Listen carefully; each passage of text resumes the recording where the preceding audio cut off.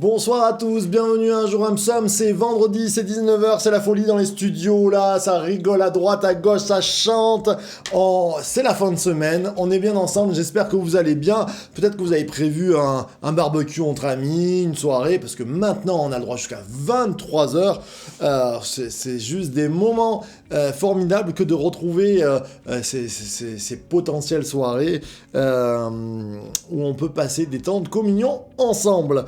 Eh bien, on passe aussi un temps ensemble avec les psaumes, et je vous invite à prendre votre Bible dans le psaume 74. J'espère que vous allez bien déjà, j'espère que cette semaine s'est bien passée pour vous, merci pour tous les commentaires encore que vous laissez, c'est toujours encourageant, et merci à chacun d'entre vous pour les prières aussi que vous faites pour nous, pour l'Église Source de Vie, pour les ministères que nous sommes, soyez bénis pour cela. Psaume 74, un psaume aussi de 23 versets que nous allons lire ensemble, mais les psaumes d'Asaph sont difficilement scindables en plusieurs parties, mais ils expliquent à eux un état d'âme, un moment où le psalmiste ne comprend pas la situation où il est et où il a besoin de Dieu. Ça nous arrive tellement, c'est tellement parlant. Alors on va le lire ensemble. Psaume 74. Pourquoi Dieu rejettes-tu sans cesse? Pourquoi ta colère s'enflamme-t-elle contre le troupeau de ton pâturage? Souviens-toi de ton peuple, tu l'as acquis jadis, tu l'as racheté, il est la tribu de ton héritage. Alors, la tribu, pas un attribut, la tribu, plus loin, une tribu de ton héritage. Souviens-toi de la montagne de Sion, où tu faisais ta demeure. Porte tes pas vers ces endroits constamment dévastés. L'ennemi a tout mis à mal dans le saint lieu. Tes adversaires ont rugi à l'intérieur de ton lieu sacré. Ils y ont placé pour enseigne leurs enseignes. On les a reconnus pareils à celui qui se lève la cognée sur des arbres fleuris. Et maintenant, ils ont brisé toutes les sculptures à coups de hache et de marteau. Ils ont mis le feu à ton sanctuaire. Ils ont profané la terre, la demeure de ton nom. Ils disaient en leur cœur, exploitons-les tous ensemble. Ils ont brûlé dans le pays tous les lieux sacrés de Dieu. Nous ne voyons plus nos signes, il n'y a plus de prophètes, et personne parmi nous qui sache jusqu'à quand. Jusqu'à quand, ô Dieu, l'oppresseur déshonorera-t-il l'ennemi, méprisera-t-il sans cesse ton nom? Pourquoi retires-tu ta main droite? Sors-la de ton sein, extermine.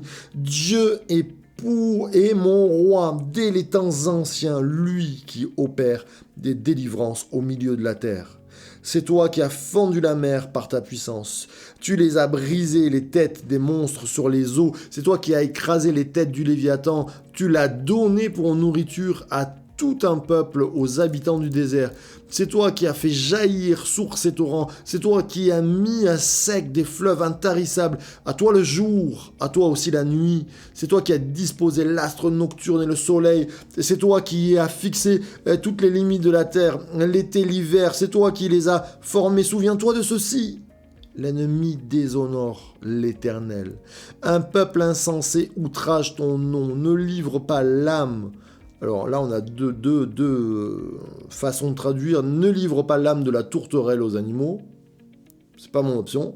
Ne livre pas l'âme de celui qui te remercie aux animaux. Je préfère cette version.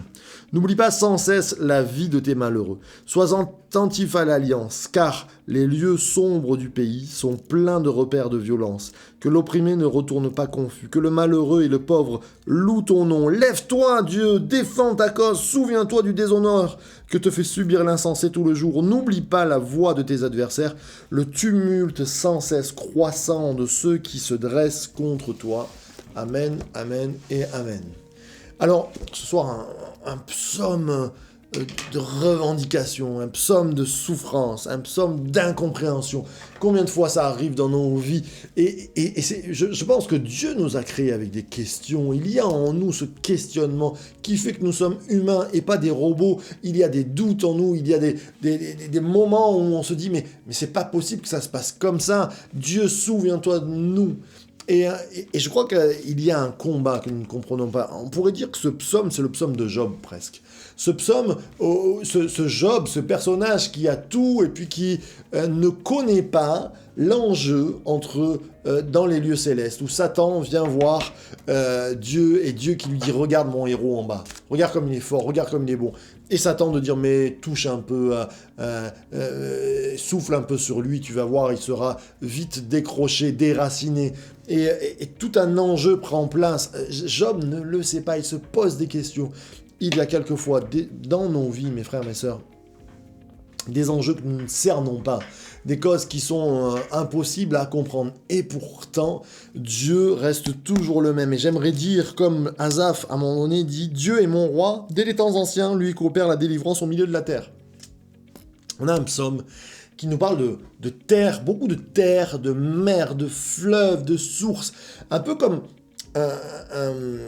une vision, une pièce de théâtre de la création, quelque chose qui prend place, des bouleversements. Et dans cette terre, il nous a dit, en plein milieu, si vous prenez le milieu, c'est toi qui as écrasé la tête du Léviathan, tu l'as donné pour nourriture à tout un peuple, aux habitants du désert. Et il y a ce Léviathan qui se lève dans la création un peu, et je le disais, Job, c'est le livre, je vous l'explique souvent, de ce challenge où Satan vient dire à Dieu, je viens de me promener sur la terre, quand Dieu lui pose la question, d'où viens-tu Satan ? Je viens de me promener et de parcourir la terre.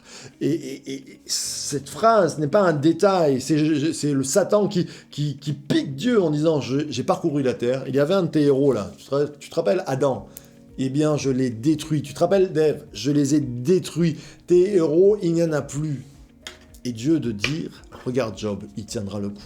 Et ce soir, de te dire, regarde Nicolas, il tiendra le coup. Regarde Sarah, elle tiendra le coup. Regarde Gérard, il tiendra le coup. Regarde Jean-Louis, il tiendra le coup. Regarde Robert, il tiendra le coup. Nous sommes les héros de Dieu. Et ces héros de Dieu, nous avons un héros qui est passé devant nous. C'est le frère aîné, c'est Jésus-Christ, qui nous donne cette force, qui nous donne cette envie d'aller de l'avant. Alors, dans toute cette création que Dieu a créée, dans tout ce bouleversement, il y a un Léviathan qui se lève, mais le Léviathan a été écrasé par le Christ.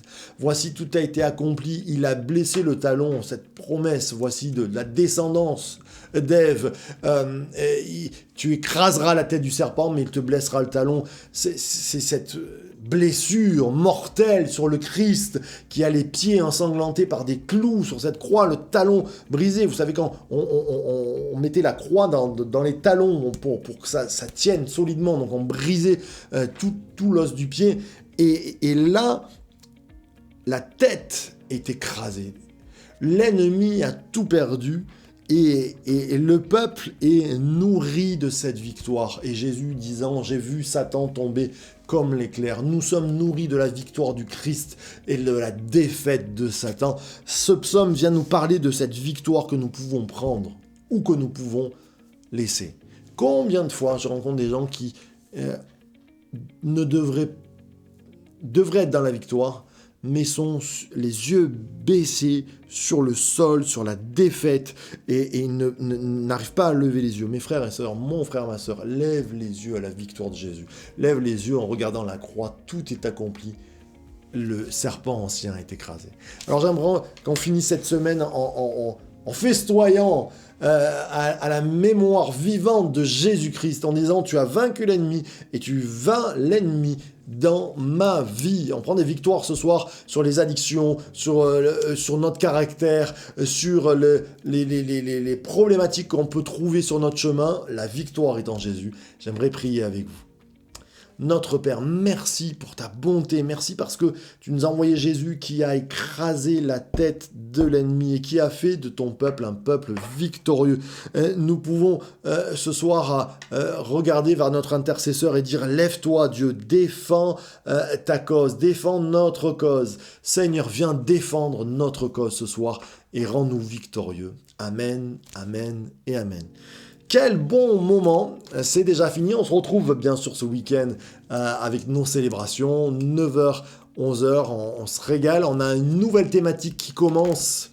Allez, je vous donne un petit soupçon un petit quignon de pain, ça sera la thématique authentique, être authentique avec Dieu, authentique dans notre vie de foi, parce que de l'authenticité découle la bénédiction. Alors, je vous attends dimanche pour célébrer ensemble, 9h-11h, et puis on se retrouve bien sûr lundi avec les Jesus Coffee dès 7h, et le soir, bien sûr, à 19h, avec un jour un psaume, source de vie de Church to Be.